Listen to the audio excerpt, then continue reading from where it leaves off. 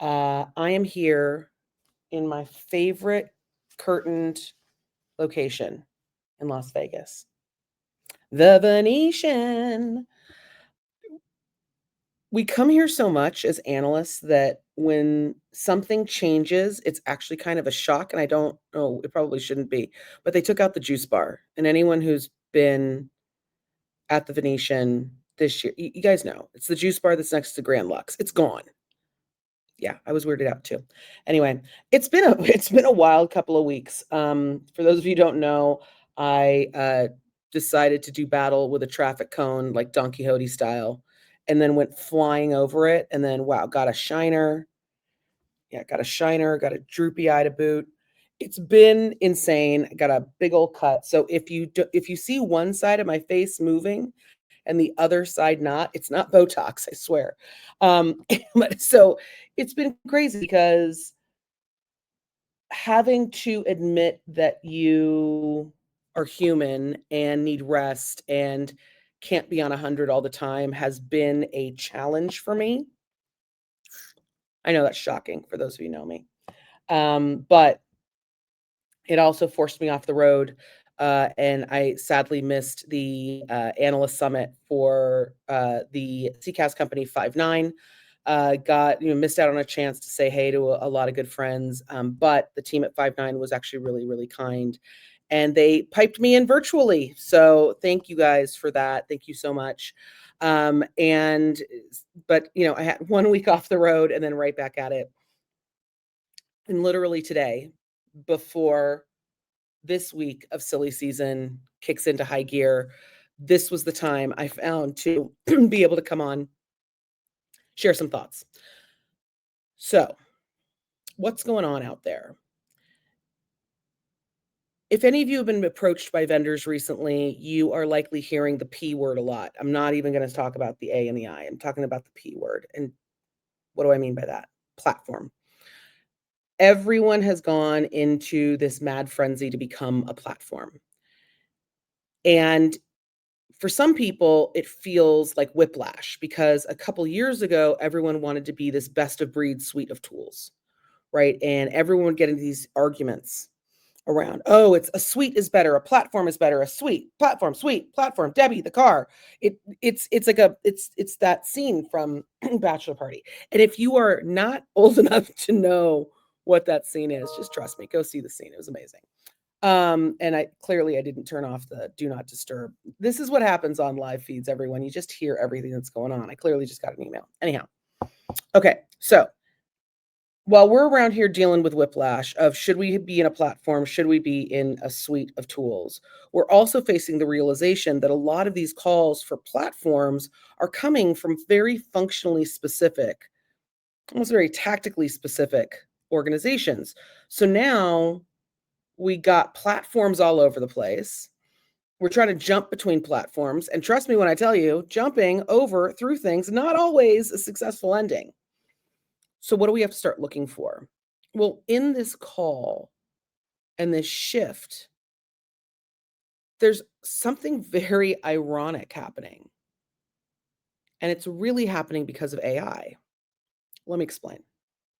A bunch of years ago, remember the pandemic? Do we all remember that? When we all went home and some of us worked there for like ever and we haven't left.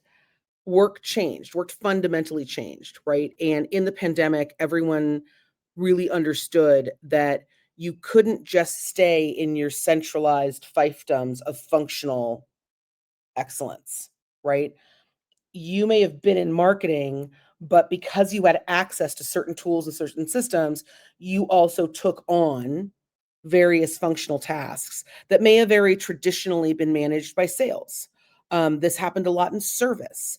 People in service, because they were on the phone with people, because they were in a live chat and live engagement with people, were actually better suited to ask about subscription renewals, to ask about extensions, to deliver recommended products.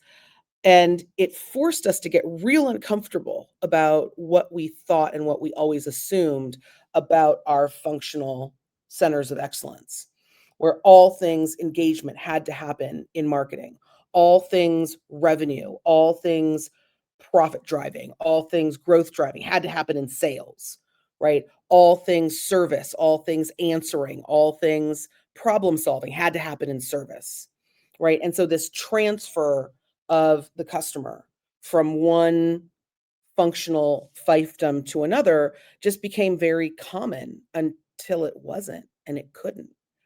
We had to actually be flexible with how we worked, what we were working on, why we were working on it.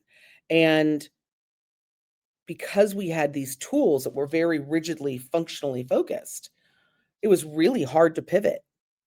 Were you going to get a marketer a full seat of a service solution just so they could be part of a social media strategy? Were you going to get service a full marketing seat because they were sending emails and they needed to send out branded content? So what we started to see were platforms became a necessity for architecture, for function, to allow data to flow into those singular streams that we all knew we needed to be able to function, but more importantly, that we were increasingly aware were a requirement for AI. But all of that also has driven an acknowledgement that there is a difference between formal and informal. And if you've ever heard me get up on a soapbox before, you've heard me talk about this. There are these centers of formal versus informal experience and engagement. In the contact center, we talk about it a lot. The formal contact center, the informal contact center. The formal contact center that used to be the big room with all the cubes and all the phones. Or even if you talk about the contact center, even when it went remote, there was a formal and an informal because there was always one person. There was like one person in finance that was really good at the outbound calls around collections. There were people in sales that were really good about those follow-ups, but they needed to have that automated dialer. They needed to have voice included in what their platforms and solutions were. And voice is hard. It remains hard. But now it remains more accessible. While it's still hard, it's not impossible. While it's hard, it's now available. So you can provision an informal contact center. And we've seen that in solutions that are brought out by companies like 8x8, where you can have someone in finance having a console that is very similar to what you may have for agents in the contact center, with all the data and all the information and all the connectivity of what you would want in a very lightweight, needs specific CCaaS. That same thing, that same difference between formal and informal is happening with engagement. We've typically thought of the formal engagement center as marketing, right? They've got all the email tools, we've got all the omni-channel, we talk and live and breathe, and we've really pushed that conversation from cross-channel to multi-channel to omni-channel and personalization. I mean, we've lived that world for decades now. Everyone else is catching up, but we've been in it for years. And we have the tools and solutions and the platforms that give us the answers to those needs of our customers. But there are teams that need to be able to do that too. Contact center, again, perfect example. Contact center needs to be able to deploy an email campaign that fits within brand standards, that understands what else is happening across those emails that are going out from marketing. We can't allow engagement to be isolated to a function anymore. And that's what I've seen on the road. And I think that's what's the interesting thing here. Vendors like SAP, and arguably we'll probably see it with Salesforce this week, certainly saw the glimmers of it with AWS in talking with the team at AWS and Amazon Connect. But let's talk about SAP real quick. SAP CX has notoriously been those three clouds, right? Sales, service, marketing, right? We'll say the same thing about Oracle. Sales, service, marketing, and they fit neatly into those functional columns. But now we're seeing solutions and we're seeing tools and we're seeing a ton of announcements, right? SAP last week, we'll see it at Oracle this week, where you have the capacity to sell from anywhere.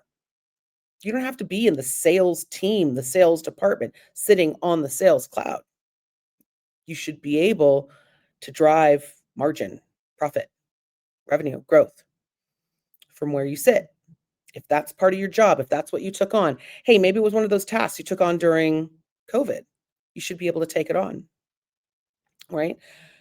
What do we see from teams like Adobe? We see things like Adobe Express.